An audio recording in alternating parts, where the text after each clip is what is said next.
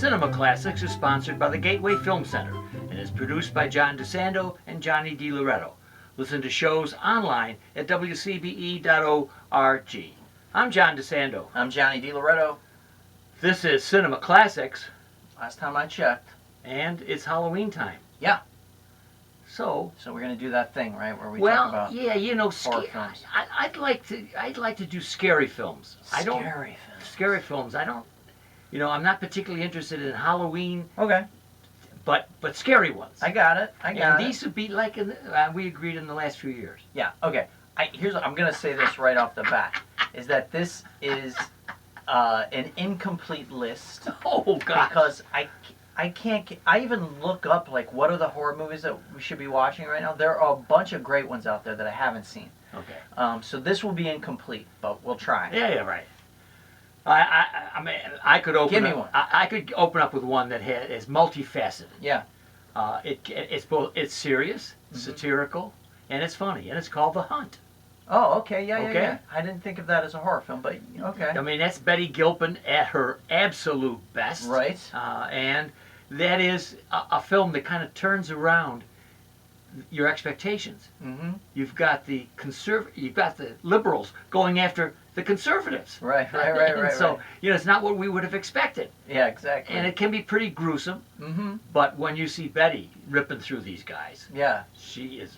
And you know, the movie got a bad rap before it came out. It got delayed because it was released at the time of a shooting. Yeah. But then it came out a few months later, and it is a fun movie. It's not great, No, but I know. it does walk a nice, interesting line. That's right. You know. So yeah, that one's fun. Speaking of another one that upends expectations to some degree is The Invisible Man. Oh, good one. Which came out just before the shutdown, with Elizabeth Moss in a sort of updating of the classic Invisible Man film. And in this one, her husband is this abusive guy, but he's a technological sort of magnate, and he has developed some technology to make himself invisible. So she escapes from him, and then he stalks her. Great. And it's a use of advanced digital imaging that's really pretty good and makes you almost a believer that it could be done. For sure, yeah, and it takes these concepts. You know, Universal has been trying to reboot their classic monsters with these expensive properties. Blumhouse does it on the cheap and ends up with a big hit. So that one's worth checking out. Maybe my favorite as horror goes or as scary goes is The Platform. Oh yeah. And satire. Oh, right? I know. I mean, you've got floors, hundreds of floors of prisoners, 2 to a floor. Mm-hmm. And there's a platform that's lowered down with food.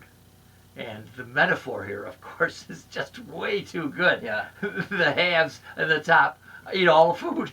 Right. No, I remember at the beginning of the pandemic, you're mentioning the parallel to wanting to get toilet paper. Right, exactly. It's a lesson everybody should, right?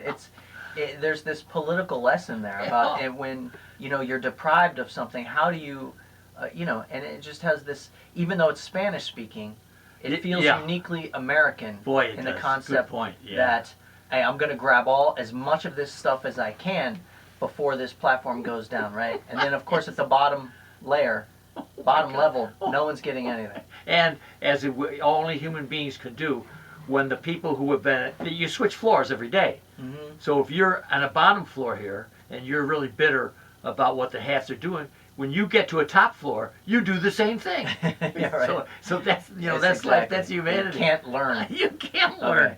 I got a 1-2 punch for you. Yeah. With the up-and-coming star Samara Weaving.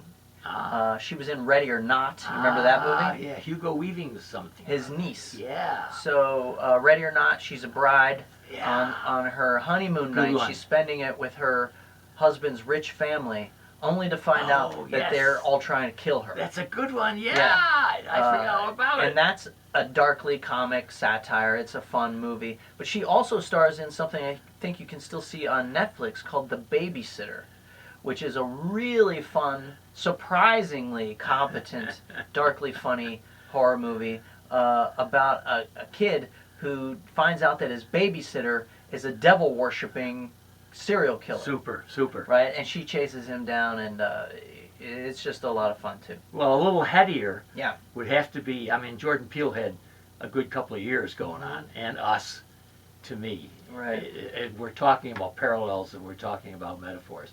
When you are looking at the enemy, Hmm. and the enemy is you. Right. You know, you couldn't have said it better. Yeah, You're yeah. looking outside, these people are looking familiar. It's It's us.